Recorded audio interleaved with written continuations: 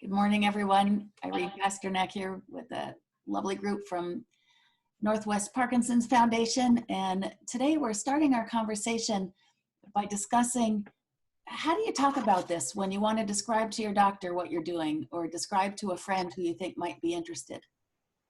And the core idea is that we're learning how to change our body through learning, through changing our brain, through changing our using our neuroplasticity to improve our communication with our body. And that's what's lovely about it. It bypasses, I don't know, it's a way to bypass the parts that don't work. Like you might have neuropathy and the nerves aren't working as well as they used to, but you can increase the communication through those nerves by harnessing the neuroplasticity. So I'm going to put in the chat the name of a couple books. Where'd it go? Chat. The author is Norman Doidge, and The Brain's Way of Healing, and The Brain That Changes Itself. There's another book that I truly love that talks about it by a woman named Anat Baniel, who was a student of Feldenkrais and now has taken Feldenkrais and kind of added a layer on top of it, called Move into Life.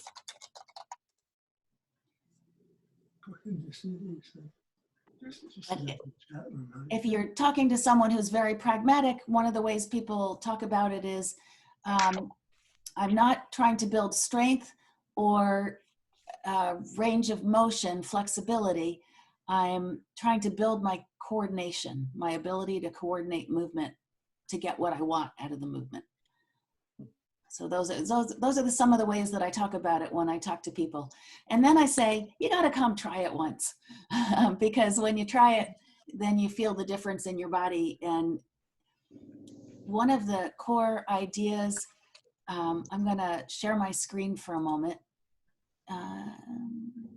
Share screen. So Anat Baniel talked about what are the conditions that are necessary for people to learn and change. And the first is movement with attention, which is what we play with in every lesson. Noticing, what are my sit bones doing? What's my fourth toe doing? Where is the air going when I breathe? Moving slowly, because if you move fast, you do it the way you've always done it.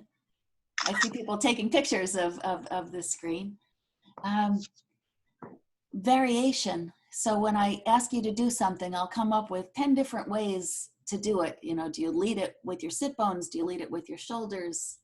All those variations give the brain the food it needs. It's like putting compost on the plants to give the brain these things.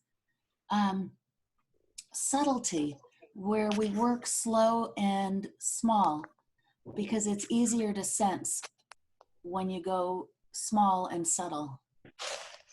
The enthusiasm, you know, I always do things so that you feel lopsided and you feel a difference between one side and the other. In that, I'm trying to generate enthusiasm in the brain that change is possible, because then our brain looks for that change. And it's also part of number 7, the learning switch. Once you start getting curious about how can these little tiny movements make my balance better like they do, then it's like you're ready to learn in a way that most of us are not ready and without these conditions. The flexible goals one, you know, many of us, it's like, well, you know, I want to be able to go hike you know, I want to take a vacation when I can again, and I want to be able to go hike. But right now, maybe the goal is I want to be able to get out of my chair. And maybe on the way to getting out of the chair is I got to learn about my hip joints. And maybe in order to learn about my hip joints, I have to find my sit bones. But being flexible with the goal so that it builds up to the bigger goal. And then imagination and dreams, that all of us have them, and trying to liberate those dreams so that we have an intention. It's like if you don't have a dream, you don't have something you want to do, there's not much incentive to learn how to move differently. So anyway, I'm going to be talking about those things a little bit more in this month's classes. Irene, can I ask a quick question? Yes. Is it counterproductive to be doing what you used to do before, like your weights and all your routines while you're kind of learning these changes? It is not counterproductive because they're working on different things. The weights are working on your muscular strength, and all of us need to be doing something that keeps up our muscular strength. I would say if you take what you're learning in this class and apply it to what you're doing, then it like doubles the benefit of the strength training. Like in the strength training, notice where's your weight on your feet? Are you rolling into your big toe or are you keeping your weight out? As you're lifting, if you're lifting something, are you rounded or are you arched? Where are your sit bones? Using those 9 essentials, doing things slow to sense what the most efficient path is, doing some variations. Don't do the same routine every day. Your brain learns better if you vary it. The one thing that I would say in terms of what you're already doing, if you're using orthotics or if you're using orthotics, you might want to try some of the day not using them with some, which gives your body and your brain variation in how your feet are touching the ground. You have very good intuition. Yeah, I worked with a lot of people, and I know it's like orthotics give you a quick fix in that they support you and you feel more solid. But the way the brain works is if we press on something, if we feel something pressing, we press harder. And so the orthotics often increase the problem over time rather than solve it. It's like if your feet are rolling in, let's figure out why they're rolling in and get them to not do that, rather than pushing harder on something on the orthotic in the shoe. So, all righty. Yeah. Along that line, I've been walking on hard sole shoes for 70 years. Uh-huh. And now if I go barefooted, I mean, I don't know. The feeling's there. I've never been aware of those feelings because I've always relied on my shoes. Yes. Our bones evolved to have 26 bones in each foot because every joint between every bone in the foot is necessary for maintaining your balance. And so walking sometimes barefoot gives your brain much more data on the little adjustments that it needs to do to stay balanced. So it's good brain training. But again, like everything, do it if it's comfortable. You know, if you haven't walked barefoot for 70 years, you might start on the carpet walking barefoot rather than on a hardwood floor.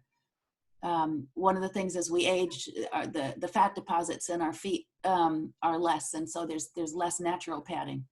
And so that's why people often don't like walking on hard surfaces.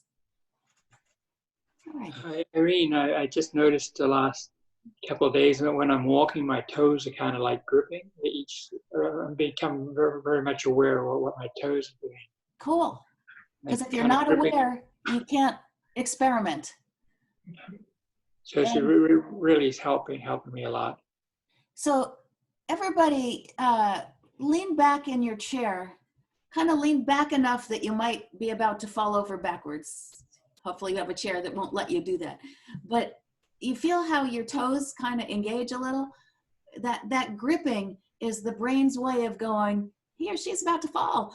I don't want that to happen, and holding on. And if you bring yourself more forward over yourself, see if your toes can lengthen. So each of the awareness leads to the question, I wonder why my brain is needing to grip. And that series of questions you ask yourself then builds new possibilities. So it's first the aware, and it's not these evil toes. It's these wonderfully helpful brain and toes that are trying to keep you from falling. And just that change in attitude is transformational for people. Because as soon as you start getting into victim mode of that, you know, my bad knee's giving me trouble today, there's nothing you can do about it. It doesn't lead to action. But when you go, I wonder what I'm doing that's hurting my knee today, you think differently. Okay. So this month we're playing with posture and with the idea of biological fitness, of being ready for anything life throws at you, whether it's physical stuff, you're predator or prey, or you know, the lion's gonna pounce, or emotional, being ready for engaging with the world. And we're gonna play with it today with a little bit more subtlety than we have in previous sessions, but it will still have the same impact on your balance and posture. So one of the biological readiness things is alertness, sort of that readiness to engage. And that's one of the things that Parkinson's messes with for many people, that the sort of excitement to engage sometimes dulls a little. And I want to teach you some techniques today that help you re-engage when you feel that happening. So everybody sit back in your chair, get comfy for a moment. And for most of us, that takes us a little bit behind the sit bones. And put your index finger right in the center of your forehead. And begin using your finger to turn your head a little bit. And there's the sensation, the finger touches the skin, and then as it presses just a tiny bit more, you can feel your skull under there. It's like you sink down to the skull layer. And once you sunk down and feel the skull, you can rotate your head with your finger. And just feel how much of your body knows you're doing that. Tiny little motion, doesn't need to be big. Go the other way a time or two. Okay. And then come and sit forward on your chair again.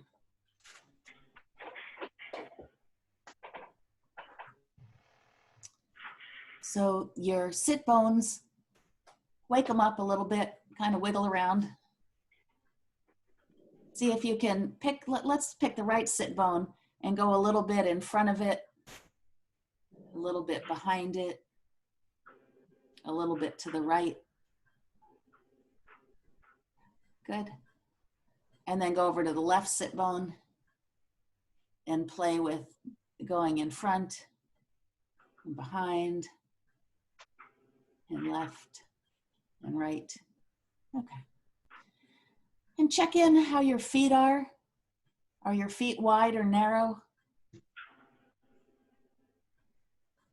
You can remind yourself, if you try putting your feet close together and see what your back and neck feel like.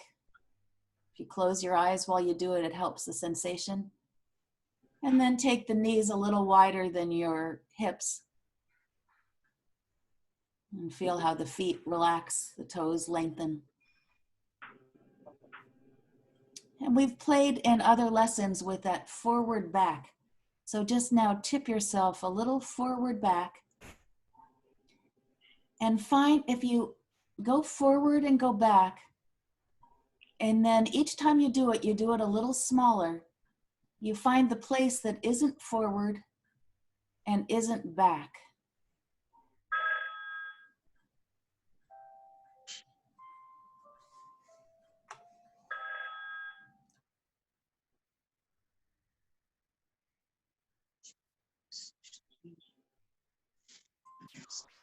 So it's like you're this pendulum going bigger, smaller, smaller, smaller, smaller, smaller, smaller. And stop in that place that feels like it isn't forward and it isn't back. And make the tiniest movement you can to know if you're going forward. And how do you sense that your head is tipping a little bit forward or is moving forward? What part of your body do you have the sensation in that says, oh, that's forward? And then come back to neutral and do the tiniest motion you can to come back to backward.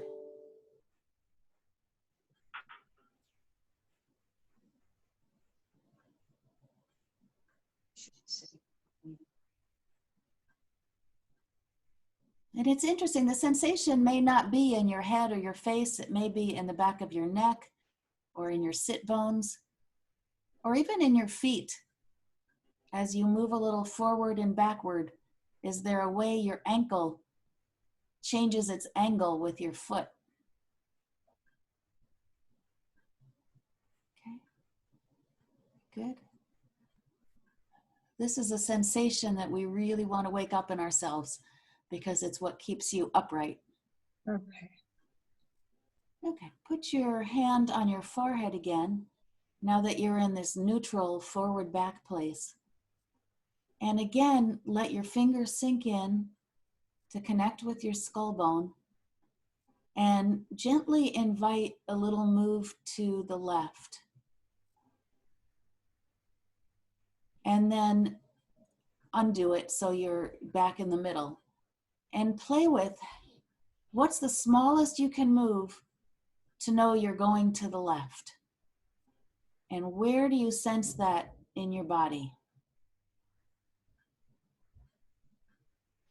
It might be in your nose or in your tongue or your jaw, your neck or your shoulder. This tiny little sense of your spine rotating. One sit bone you might feel the twist in your sit bones. Okay. Rest your arm for a moment. Rest your attention.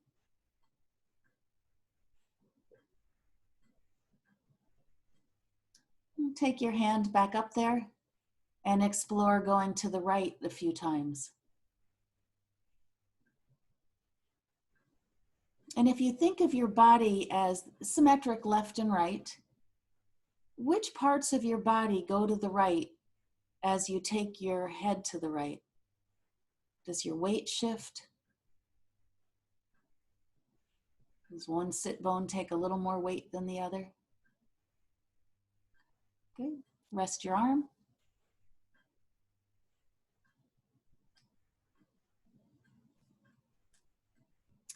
Put your hand back up there. And now go left and right, just like we did forward and back, noticing when are you at neutral. So you make the movement smaller and smaller and smaller, going left and right until you end up stopped right in the middle.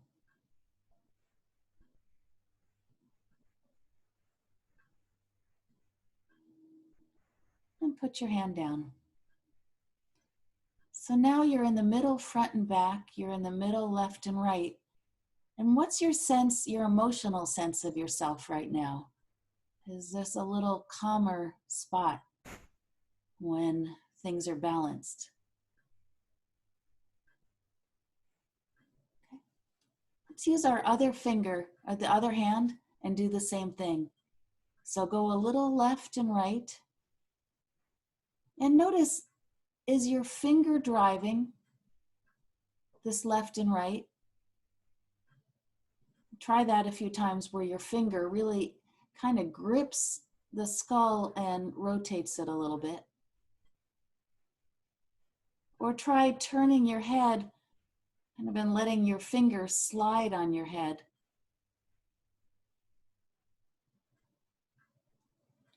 And then go back to letting the finger engage and connect to the skull and turn it, and let it go slower and slower and smaller and smaller. Sensing just the first moment that you go a little off from neutral, one direction and the other direction. Good. And rest. And take a breath in. So you exhale, wait a moment, and breathe in. And notice where you feel yourself moving. Where does the fabric of you stretch from the inside to allow that air to come in?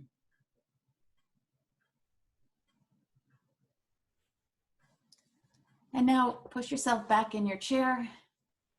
Sit in the way that most of us usually sit, on the chair or the couch. And how does your sense of well-being and calmness go? For me, as soon as I shifted back, I get a little antsy. And take a breath in here and see what the fabric of the inside of yourself feels like. It might not be as stretchy in as many places. So come back to the front of your chair and do a moment of tipping forward and backward, letting it get smaller and smaller till you get not forward, not backward.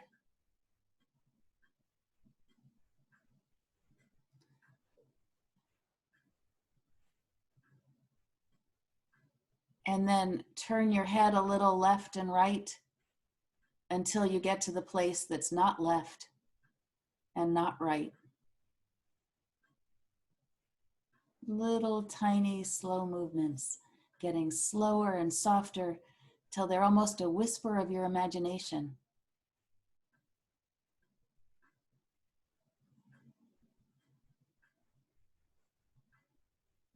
The tiniest little movements of our head impact our balance. And so having that sensation of when your head is supported over your sit bones is just lovely for teaching the brain to be able to get better and better at finding the middle. Okay.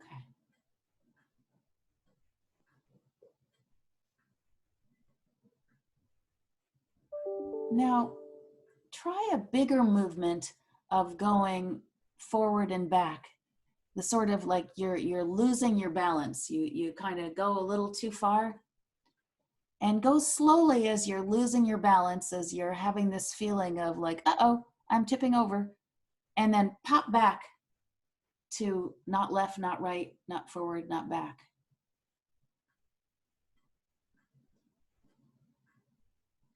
And as you do it slowly and give yourself a moment when you get to that calm space of not forward or left or right or back, to just kind of feel your feet, feel your sit bones, and then go and lose your balance in a different direction slowly until you feel a little tippy, and then come back.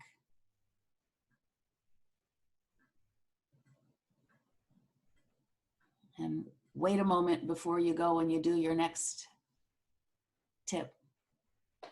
And feel how much it's your sit bones. When you're coming back fast, the sit bones grab the chair. Your feet might grab the floor a little bit. That helps you come back to that sense of middle. Yeah, good. And rest. All right, so I'm going to mute everybody for just a moment. I think actually that's the case. And I want you now to say, hello, my name is, and say your name. So like for me, I'm saying, hello, my name is Irene Pasternak. So just everybody do that. And I'm going to have you do it again, and I want you to listen to how loud your voice is, how much it projects. So one more time. Okay. And one more time again, and this time notice how much of your body knows you're speaking. Is there a resonance in your sit bones when you say your name? Okay. And now we're going to start another little area of play. So we're going to work with our tongue and our jaw for a moment. So first, close your eyes and notice, where is your tongue in your mouth? Is it touching the teeth in some part of your mouth? And don't change where you notice. My first notice was that it was touching my upper teeth on the right, and I found myself with this like, oh, I bet that's not right. Maybe I should put it in the middle. But just notice where you're choosing to put it right now. And it may be resting on the floor of your mouth. It may be kind of loose in the air. And begin to use your tongue to touch right between your two middle teeth. You kind of have to open your mouth a little to get the tongue there. Opening your mouth helps your chin be able to move forward and back a little. And then let's all go to the right side, and with your tongue, count your teeth. So just on the upper right side, you take your tongue and you go a little bit, one tooth at a time.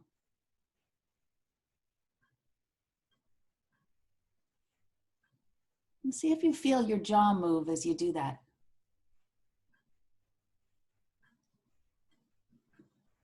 You feel back to see, do you have all your molars? Did you have your wisdom teeth taken out at some point? And I don't really care about the number. I don't care about precision in your counting. It's just the going back and forth along the inside of your top teeth on the right. And see, noticing what else you sense while you're doing that. Do your eyeballs go to the right? Do they look down a little or up a little?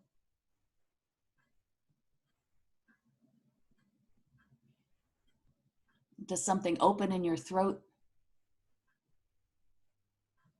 Are there any sensations in your shoulder or on your sit bones? Okay, good. Now let's go to the spot between the two bottom teeth, put our tongues there, and count the teeth on the right side, on the bottom.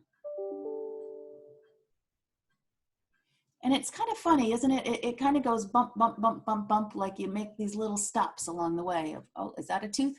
Is that a tooth?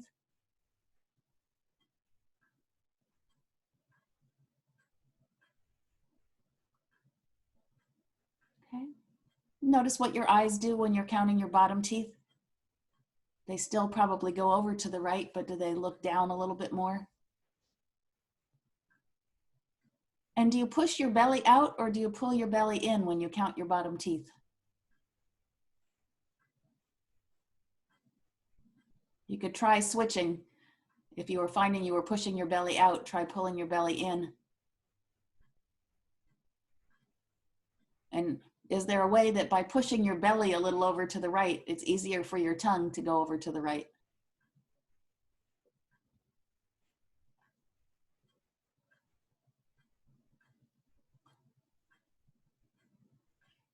And then begin to, on the front, take your tongue and go outside your two front teeth up at the top.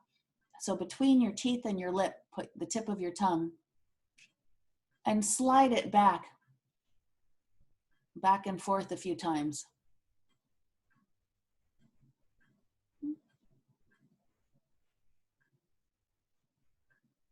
And then you could try doing the same on the bottom. The bottom's a little harder. I find it more, I have to put my tongue against the inside of my lip. And I'm going on that soft tissue inside the lip. You might find yourself turning your head a little, that's fine. In fact, everybody try that. As you go over there, let your head turn a little. You might find a little more relaxation in your chest if you do that. Sharon is saying that she is turning her head a little bit. Yeah, that's fine to do. All right, and rest for a moment.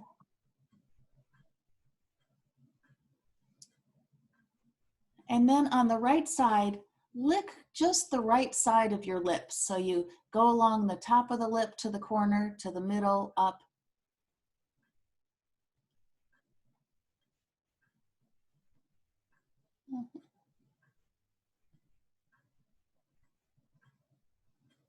And go the other direction.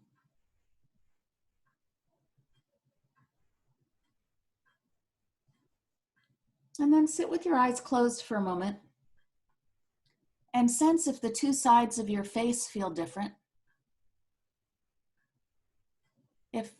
And are you sitting right in the middle, left, right, or are you sitting a little bit over to the right somehow?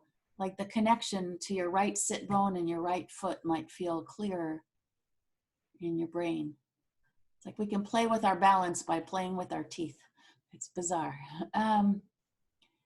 And with everybody muted again, say your name again. Like you were introducing yourself, you were giving a talk, and you're saying, hello, my name is.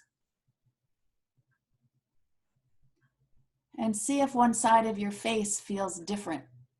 So say it a few times and sometimes notice your face. Notice if you unconsciously almost lean a little forward to the right or the left. If you have this lovely audience in front of you that you're talking to, would it be easier to talk to the people on your right or to talk to the people on your left? And if you can force yourself to yawn, I'll try and see if I can make it catching. Oh. Does the right side of your mouth feel different than the left as you yawn? How many people noticed a little difference in their articulation, their ability to articulate on that side of their mouth? Okay. So we're gonna do we're gonna even ourselves out and then do some more on this articulation, because being ready to engage in conversation is part of that readiness that we're after, to be active. Okay. Let's go for the other side with the tongue. So begin to explore the inside of the teeth from the middle out to the side. And this side, is it easier or harder than the other side? We all have, you know, who knew you had an easy side and a hard side for counting the inside of your teeth? But you do. And there's a way that the jaw has to kind of stick out. Let's stop for a minute and jut your jaw out a little. Jut it and pull it back. My finger is just sitting lightly on it to notice, oh, it's sticking out, it's pulling in. The mouth has to be a little open to do this.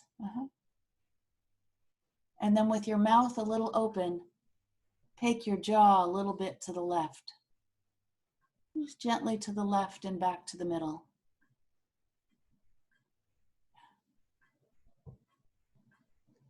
And then stop and take just your eyeballs to the left and the middle. As if you wanted to look out of the corner of your eyes to something that's happening on the left, but you don't want to turn your head. Good. And go back to counting the teeth on the left.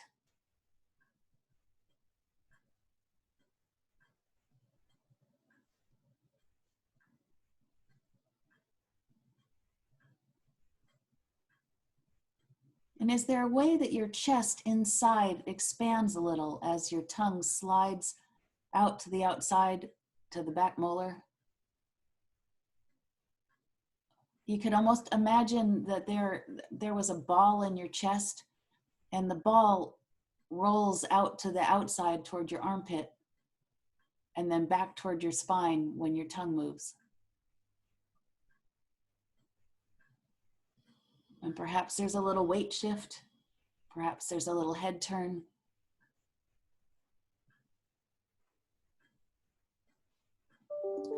And then begin to count the teeth on the bottom on the left.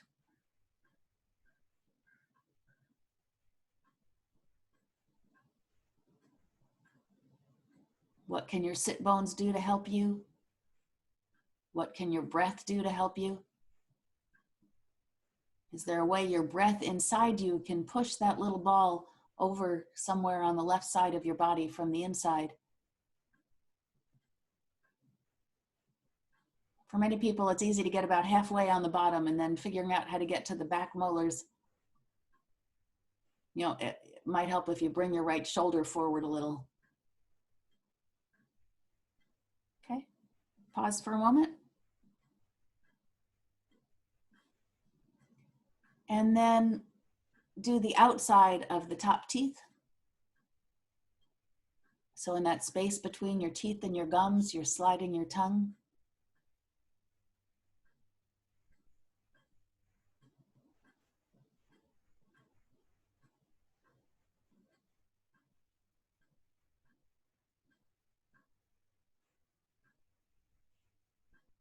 And then on the bottom, in that space between your bottom teeth and your lip, you just kind of slide it back and forth, your tongue.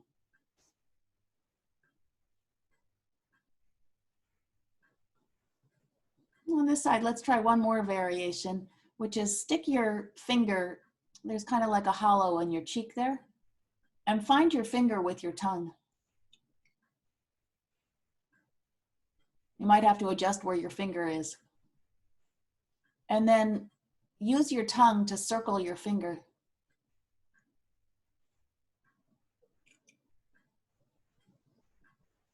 Go the other way.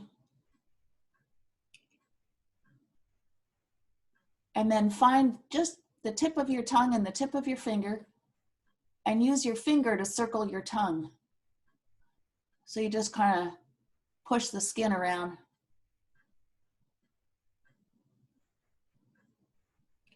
Okay, rest for a moment.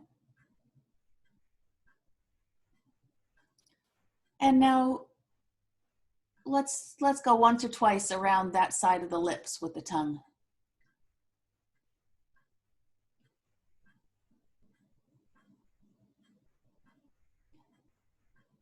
And then say your name again. You're talking to this big group of people, introducing yourself.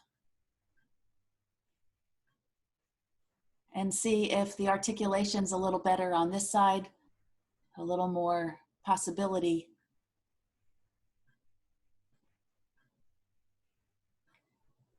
And then clamp your teeth together and say your name as loud as you can with your teeth clamped together.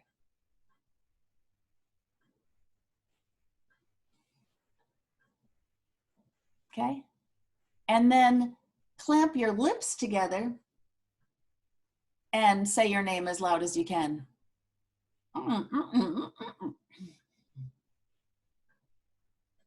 Okay? And now introduce yourself again to the class.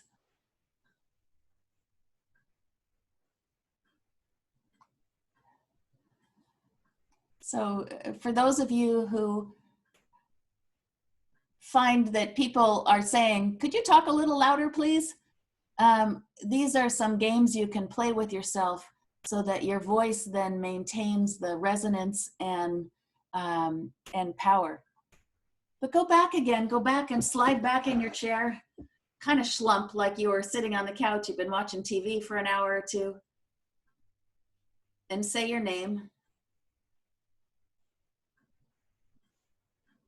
And then come back to the front of your chair. Find that place between front and back, left and right, turning and not turning, and say your name. Yeah. So what you do with your sit bones and your feet matters, because your larynx, your voice box, your jaw, your tongue are all supported by your sit bones and your feet and your spine. And so when you have that place of being balanced, everything communicates easier. So know that a quiet voice is also changeable, and it's really a posture related thing. And oh, rats, I didn't have you try to smile when you had just done one side, but we've done both sides now. Smile and see if it's a little easier on one side than the other. And let's do that finger thing on the right. We only did that on the left. And so you circle your finger.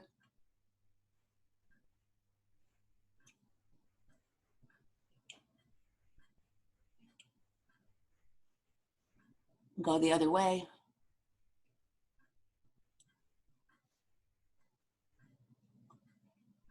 And then use your tongue to circle your, use your finger to circle your tongue.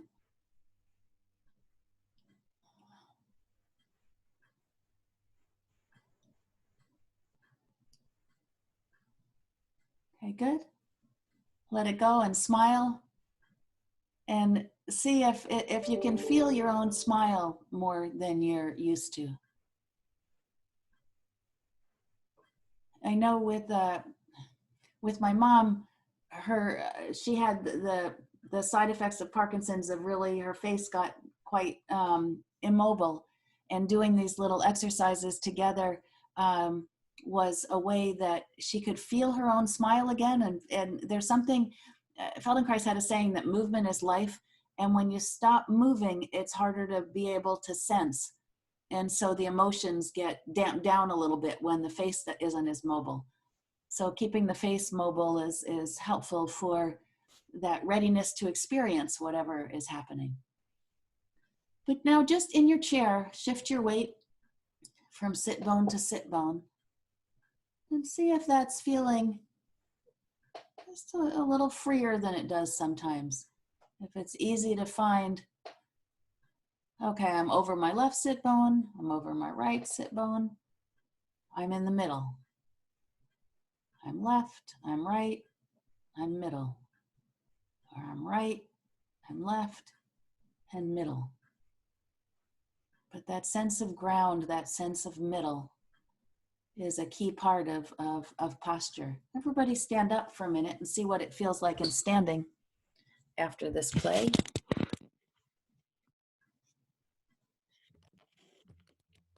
My camera.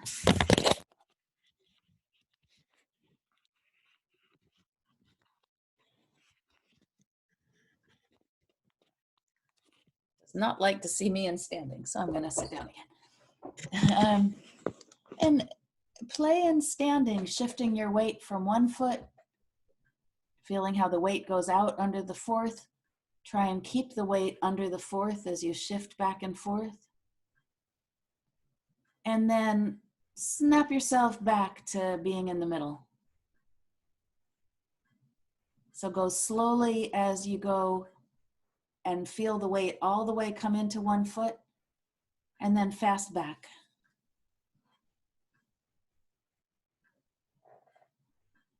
So try and keep both feet on the floor and both feet with the weight underneath the fourth metatarsal head. So I don't want you lifting up your foot because that gets you too tippy, and I don't want anybody to fall down sideways. But it's that sensation of passing yourself, like I'm on one foot and I could pass myself to the other foot, or I could pass myself right back to the middle.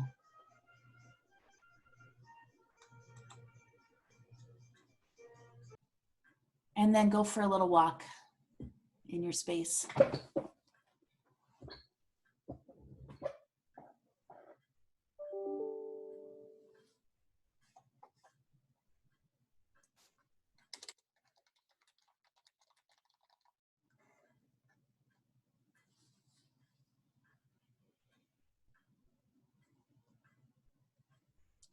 And then come back and have a seat. You can find your sense of up. So your feet flat, your knees wide, perhaps out toward the front of your chair so you can feel your sit bones. And then I'm going to unmute everybody, and I'd like to hear what your experiences were with this lesson. So,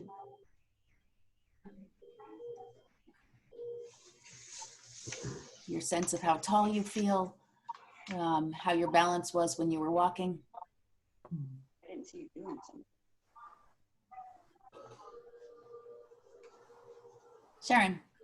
My face feels looser. Anybody else have? I don't know how else to describe it.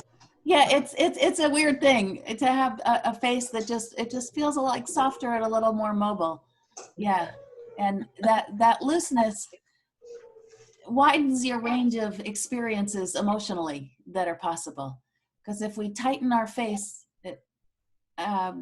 it limits our range of sensation. And oh, you know how we've done in previous classes where the ice cream is over your knee and you're going to reach for the ice cream? Kind of go and reach for your ice cream with your face.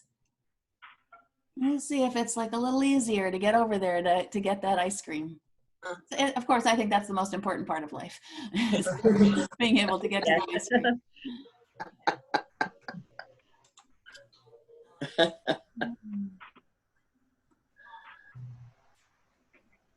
How is the sense of getting back to the middle?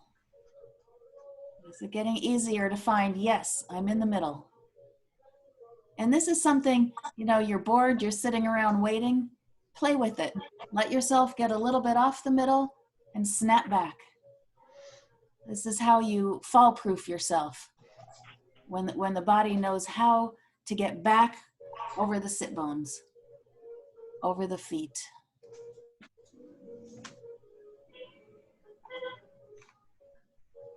One of the things that PT told me for helping to get your balance back is kind of like that, standing against a narrow wall and just letting your body fall and then catching itself with your foot though instead.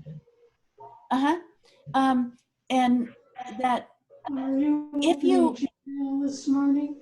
I have not. If you, as you're doing that PT play, you or the trying to fall or not, pay a lot of attention to what your feet are doing, where you're leading the snap back. Because even when you're on a wall doing it, if you lead with your feet, you can try leading with your feet, you can try leading with your hips, you can try leading with your shoulders, trying to get as much of you awake to its job to get you back to neutral. Okay. So this is like what I was telling Cindy at the beginning when she was talking about weightlifting, that if you use what you're learning in Feldenkrais to increase your awareness when you're doing other kinds of exercises, you get more out of them. We've talked about, you know, dyskinetic movement, that kind of jerky stuff is one thing, but I tend to sway, and it is kind of like what we're doing here. It's like my body's trying to find middle, and you know, I'll do like figure eights, and it's different than the dyskinesia. It's a rhythmic motion that goes along with your breathing, and it's something that happened maybe my last, you know, 4 years or so. So I've, you know, I'm 15 years into this. It didn't happen at the beginning, but it's really hard to control and stop because there's a centering feeling about it. When it starts, can you influence it? Like can you deliberately turn it into a figure eight? It always is a figure eight, and you can stop it if you. It has to do with your breathing too, because you'll start with holding your breath, and then it's like a dance almost. And I see it more in women than men. And people have had Parkinson's maybe 12 years or longer.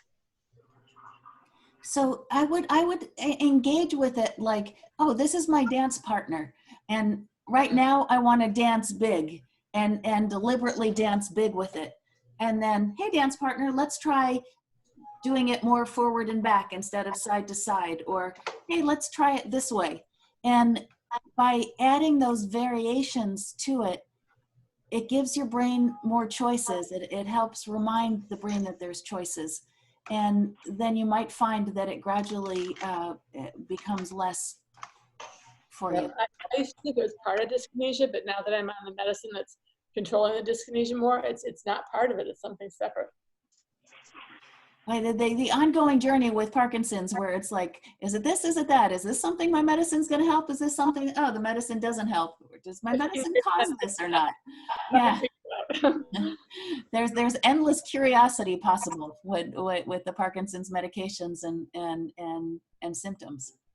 But that idea of not trying to stop it, because I'm sure all of you who have tremors and things, you try to stop them and that is not effective. But if you exaggerate them, make them bigger, and then go back to where they were, that process begins to help train the brain. So it's a playful adding that variation to it. I don't know if anybody in this group, I haven't noticed, but sometimes people have trouble with drooling.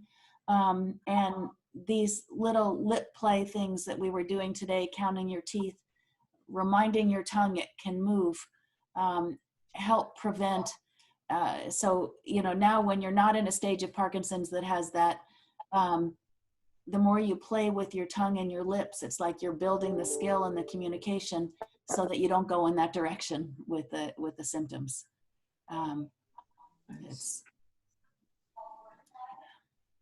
I was once having symptoms that I didn't know could have been a stroke. And my daughter said to me, she's a PT, said, "Mom, look in the mirror and stick out your tongue. Which way is it going, right or left?" And I said left. It was a trick question. Your tongue is actually supposed to go straight. And I don't know if there's like a side. Well, your tongue goes straight if you are perfectly symmetric. And I still have never met a person who is perfectly symmetric, healthy or with any kind of medical issue. All of us are a little asymmetric. And if you looked at the picture of yourself when you're inside your mom in utero, if you did a sonogram, you'd see that you're either curled this way or you're curled that way. And so these patterns are deep within us. That said, doing things like Feldenkrais, doing things like PT or exercising and weight things, you can build your sense of symmetry and your tongue will be more in the middle. So I take that a little bit with a grain of salt. You know, my tongue goes off to the right, and it isn't because I had a stroke. Well, there's a lot of things around, but that was news to me, that when you stick it out, it always seems like it should go straight. It's interesting. Actually, everybody try sticking your tongue out. And see if you can feel if there's more tightness deep down at the base of the throat on one side than the other.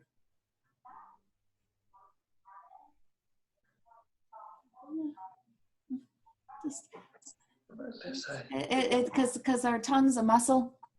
And so the muscle, just like any other muscle, might have extra tightness in it.